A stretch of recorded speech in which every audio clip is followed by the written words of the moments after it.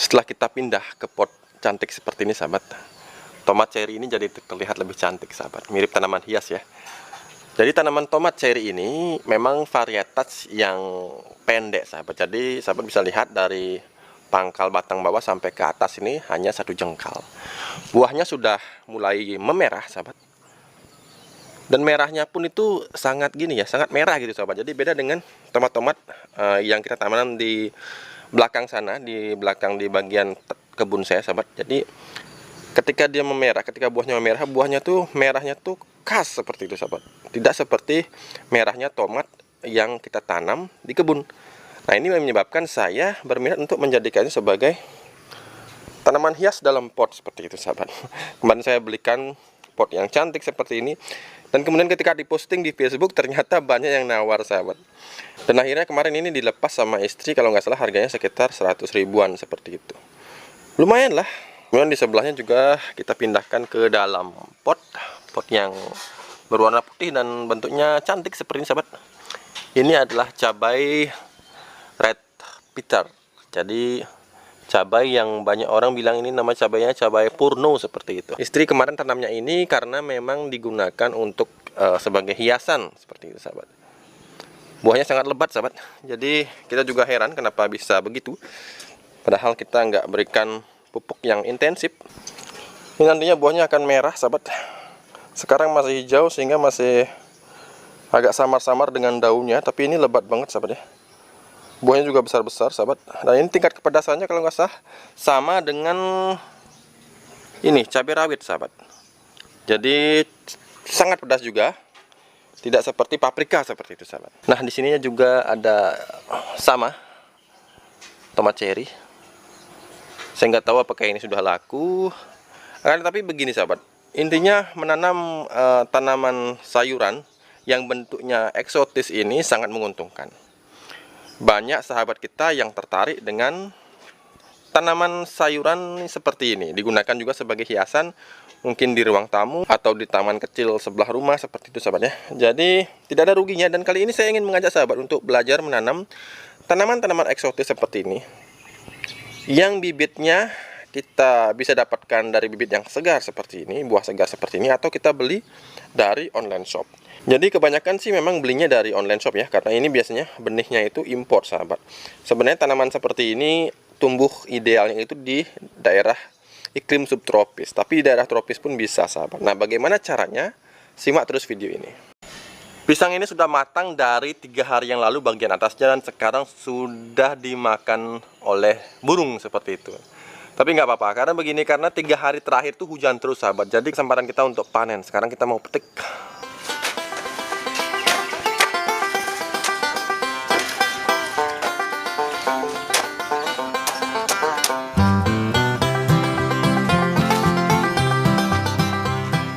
Jadi sudah lumayan yang dimakan sama burung sahabat. Ada 1, 2, 3 sudah. Karena memang kita kalau di sini kalau sudah matang pohon baru kita cari. Jadi kalau semua masih hijau meskipun sudah tua, kita belum panen seperti itu sahabat. Biasanya kalau sudah menguning baru kita panen, karena ini terlambat. Kemarin sudah menguning tapi kemudian hujan, dan akhirnya yang panen pertama itu burung sahabat. Jadi sudah 3 yang dimakan burung. Tapi nggak masalah, karena kita berbagi pada alam, kita nggak boleh tamak, seperti itulah kira-kira. Pagi kita panen dulu.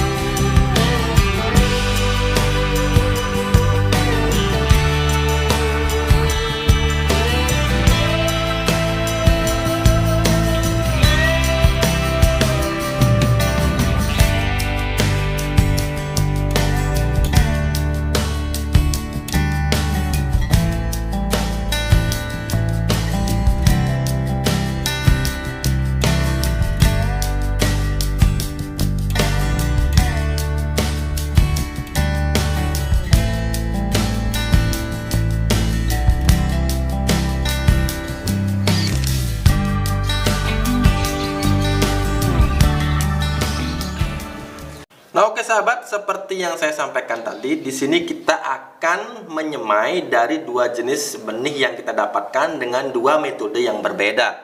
Yang pertama tentu saja dari buah tomat cherry yang kita petik seperti itu. Jadi menggunakan tomat cherry segar hasil dari pengembangan di kebun kita. Kemudian yang kedua adalah menggunakan benih yang kita beli di online shop seperti itu, sahabat. Nah, kebetulan ini bukan benih tomat cherry, sahabatnya. Kalau nggak salah ini benih terong. Nah, anggaplah ini benih yang kita beli di online shop. Jadi sebagai perumpamaan ya. Nah, di sini banyak sahabat yang mengeluh gagal menyemai benih yang dibeli di pasar online atau di online shop seperti itu, sahabat. Jadi, Pak, mengapa saya selalu gagal menyemai benih yang saya beli misalkan di toko online seperti itu? Nah, di sini akan saya jelaskan bagaimana perbedaan perlakuan treatment terhadap benih yang kita dapatkan dari buah segar atau benih yang kita dapatkan dari toko online. Terlebih benih-benih tanaman eksotis yang sebenarnya mungkin idealnya ditanam di iklim subtropis seperti itu, sahabat. Sebelumnya, sebelum menyinggung mengenai cara menyemai, kita siapkan dulu media semainya, sahabat ya. Pertama, kita siapkan wadah. Wadahnya bisa apa saja, bisa gunakan polybag, bisa gunakan keranjang mini seperti ini, atau bisa gunakan pot tray untuk khusus untuk penyemaian, tidak masalah. Yang terpenting adalah bagaimana sahabat meracik media semainya. Nah, sahabat, di sini seperti yang sering saya jelaskan di video-video saya terdahulu, sahabat. Jadi untuk media semai saya memilih yang gembur, kemudian yang steril, juga yang memiliki nutrisi yang tinggi. Karena di fase ini, sahabat, saya jarang melakukan pemupukan, sahabat. Jadi di fase penyemaian itu hampir tidak ada yang namanya pemupukan. Sehingga kita perlu menyiapkan media semai yang sudah mengandung zat hara yang cukup tinggi seperti itu. Untuk memilih buah yang sudah bisa kita gunakan sebagai benih, usahakan pilihlah buah yang sudah merah sempurna di semua bagian buahnya, sahabat ya. Warna buah sudah cenderung merah, tapi bukan merah muda, tapi sudah merah tua, sahabat. Kemudian lebih bagus lagi ketika tangkainya sudah berwarna lebih gelap. Jadi tangkai buahnya sudah berwarna lebih gelap, tidak hijau muda, tapi hijau tua cenderung kecoklatan. Itu lebih sempurna lagi, sahabat. Langsung saja, sahabat, di sini kita bisa iris seperti ini, sahabat. Akan tetapi, sahabat, ketika kita mengirisnya, jangan sampai kita mengiris sampai ini terpotong, sahabat ya. Karena ini bisa melukai banyak benih yang tersimpan di dalam sini, sahabat. Jadi cukup iris sampai lapisan buah, jangan sampai menembus pada lapisan yang ada bijinya ini, sahabat. Dan ini sudah sering saya jelaskan di video-video sebelumnya ketika saya menerangkan mengenai cara membenih dari buah segar.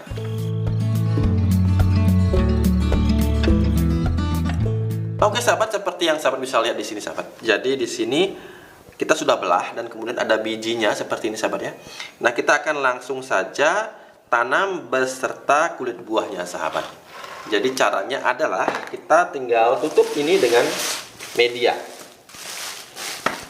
Kita tinggal tutup dengan media sampai semua bagian tertutupi, sahabat ya. Karena kalau ini nanti kita biarkan terbuka, takutnya ada binatang serangga yang mencuri seperti itu, sahabat.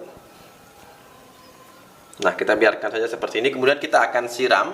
Tapi sekarang kita akan lanjut bagaimana cara mengolah benih yang kita beli dari toko online. Nah, mengapa banyak sahabat kita yang kesulitan menumbuhkan benih yang dibeli dari toko online seperti itu, sahabat? Analisis saya ada beberapa hal, sahabat. Yang pertama, mungkin saja kualitas benih yang memang tidak baik ketika proses penyimpanan seperti itu. Jadi, sahabat harus pahami, terlebih benih-benih yang impor seperti itu, sahabat ya, itu biasanya disimpan dalam kurun waktu yang cukup lama. Dan situasi kondisinya kita tidak pernah tahu, sahabat. Apakah disimpannya itu memenuhi syarat standar penyimpanan, dari gudang mereka produksi, kemudian biasanya kalau dari tempat produksi pasti bagus, kan? Tapi ketika sampai di tangan pertama, kemudian dari pengecer, kemudian sampai ke tangan kita, itu mengalami proses yang mungkin membuat kualitas benih itu menurun seperti itu, sahabat. Yang kedua, mungkin karena sudah mendekati tanggal expired. Nah, ini yang paling sering, sudah mendekati tanggal kadaluarsa dan kualitas benih tentu saja akan sangat menurun sahabat. Tingkat berkecambahannya akan sangat turun seperti itu. Kemudian berikutnya adalah metode kita ketika kita menyemainya. Yang ini juga perlu kita ketahui bersama sahabat. Nah, pada kesempatan kali ini saya ingin memberitahu sahabat bahwa kita bisa menggunakan metode ini. Sebenarnya metode menggunakan ini adalah teh sahabat ya. Ini adalah teh celup teh hitam sahabat. Nah, metode ini saya gunakan ketika saya memiliki benih yang sudah mendekati masa kadaluarsa atau bahkan sudah kadaluarsa. Caranya seperti apa? Ini sudah saya ulas di video yang ini sahabat ya. Video ini. Nah, di sini kita bisa membenamkan benih kita kepada air teh sahabat ya. Kepada air teh ini sahabat yang sudah dingin sahabat, jangan yang panas. Pertama memang kita seduh menggunakan air hangat, kemudian kita biarkan sampai dingin. Dan kemudian sahabat bisa lihat sendiri mulai bijinya itu berjatuhan ke dasar wadah sahabat. Jadi kita diamkan selama kurang lebih 15-20 menit cukup. Kemudian kita bisa saring dan kemudian bijinya baru kita semai seperti itu sahabat. Nah, mengapa saya melakukan hal ini sahabat? Mengapa saya menggunakan teh? Begini sahabat, ini kita bisa ambil sahabat ya. Mengapa saya menggunakan teh? Karena teh ini tinggi sekali kandungan nitrat, dan nitrat itu dari banyak penelitian para ahli dan juga dari pengamatan yang saya lihat sahabat ya. Dari berkali-kali saya menggunakan teh ini untuk mempercepat persemaian itu tumbuh, terutama untuk benih-benih yang memang sudah kadaluarsa seperti itu sahabat ya. Dikatakan bahwa teh ini memiliki kandungan nitrat yang tinggi sehingga ini bisa membuat pertumbuhan merangsang pertumbuhan benih menjadi cepat berkecambah seperti itu sahabat.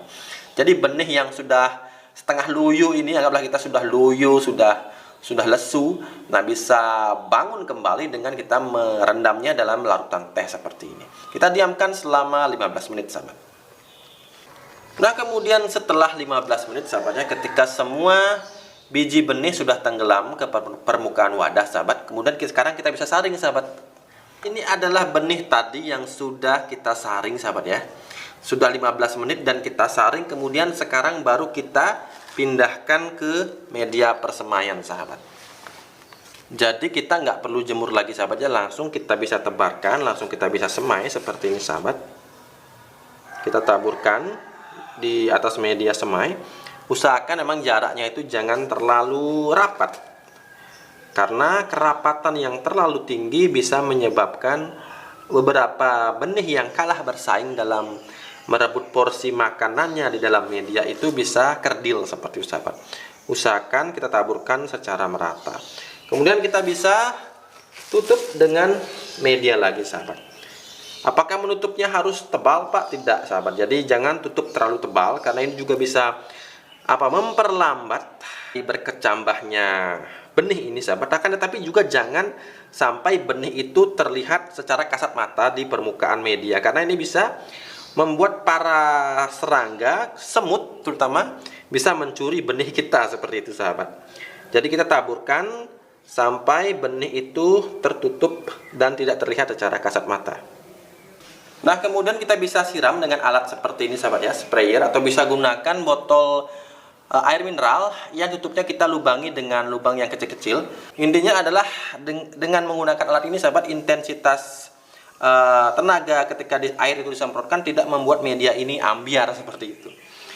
Jadi benih tidak sampai berhamburan. Itulah sebabnya kita menggunakan alat semprot seperti ini. Nah, kemudian ini yang tidak kalah penting sahabat, perlakuan ketika kita sehabis semai. Sehabis semai banyak yang menyarankan ini ditutup, dan saya juga pernah menyarankan agar ini ditutup itu agar menjaga kelembaban media sehingga tidak gampang kering. Nah, apabila sahabat tidak menutupnya itu juga tidak masalah sahabat, asalkan sahabat menaruhnya di tempat yang teduh, terlindung dari sinar matahari. Akan tetapi bukan tempat yang sepenuhnya gelap sahabat ya. Jadi beda antara teduh dengan tempat gelap. Kemudian ketika sudah mulai sprout sahabat ya, ketika sudah mulai sprout, nah di sini saya ada contoh sahabat, sudah mulai sprout. Nah seperti ini misalkan, ini adalah persemaian di polybag. Nah ketika mulai sprout dan kemudian tumbuh daun, walaupun itu bukan daun sejati sahabat. Nah di sini masih banyak yang belum mengerti apa itu daun sejati. Nah daun sejati itu adalah daun yang muncul setelah 2 tunas pertama daun. Jadi ini belum daun sejati sahabat ya. Nanti ketika tumbuh, nah saya berikan contoh di sini sahabat. Nah kita bisa lihat daun sejati. Nah kebetulan saya di sini menyemaikan marigold seperti itu sahabat. Nah misalkan ini adalah tunas daun pertama yang tumbuh ketika tanaman itu sprout. Jadi sahabat bisa lihat di sini ada tunas daun pertama, ada 2 tunas biasanya tumbuh seperti ini. Kemudian setelah itu muncullah daun sejati. Daun sejati adalah daun yang memang nantinya akan tumbuh seiring dengan perjalanan waktu pertumbuhan dari si tanaman kita. Nah, bentuk daunnya pun tidak akan berubah lagi. Jadi tetap seperti ini, akan tapi ukurannya saja yang tambah besar. Itulah daun sejati. Baik ketika tanaman itu mulai sprout dengan ada daun sejati maupun tanpa daun sejati, ini sudah wajib kita berikan sinar matahari sahabat. Jadi pada ketika sudah muncul hijau, saya sering mengatakan ketika sudah nampak hijau, mulai kenalkan pada sinar matahari. Jadi dari bertahap dari hanya 30 menit, kemudian 1 jam sampai 2 jam setiap hari. Apa yang terjadi bila kita tidak memperkenalkan pada sinar matahari pada fase-fase awal penyemaian, maka tanaman akan kurus sahabat. Tanaman akan kurus, tinggi, panjang, tapi kurus dan lunglai seperti itu sahabat. Nah inilah yang sering dialami oleh para sahabat petani pemula seperti itu, karena mengeluh tanamannya kurus padahal mungkin medianya subur tapi kurang sinar matahari seperti itu. Nah kemudian apakah tanaman yang kita semai ini kita perlu pupuk sahabat? Di fase persemaian saya rasa tidak perlu kita berikan pupuk apapun. Lain hal ketika kita sudah pindahkan ke dalam polybag pembesaran, misalkan seperti ini adalah bunga telang sahabat ya. Ini bunga telang yang kemarin kita semai, kemudian kita pindahkan ke tempat pembesaran seperti ini. Ini mulai kita bisa pupuk dengan pupuk yang dominan unsur N-nya sahabat. Jadi pada fase ini sahabat, yang terpenting adalah pertama itu sinar matahari, yang kedua adalah jangan sampai terlalu kering media atau terlalu lembab, karena overwatering juga berbahaya bagi pertumbuhan benih. Benih kita bisa kerdil gara-gara terlalu banyak air. Terlalu kering juga bisa kerdil. Nah itu sebabnya sahabat di fase ini konsentrasikan pada hal itu. Pemberian sinar matahari, jangan sampai terlalu banyak air dan jangan sampai terlalu kering. Oke, cukup sekian video saya kali ini sahabat. Mudah-mudahan bisa dimengerti dan mudah-mudahan bisa menjadi panduan sederhana bagaimana cara kita menyemai benih, baik itu benih tanaman eksotis maupun mungkin bukan tanaman eksotis. Dan ingat selalu pesan saya, berusaha untuk menanamlah hari ini agar kita bisa panen di esok hari. Sampai jumpa di video-video lainnya.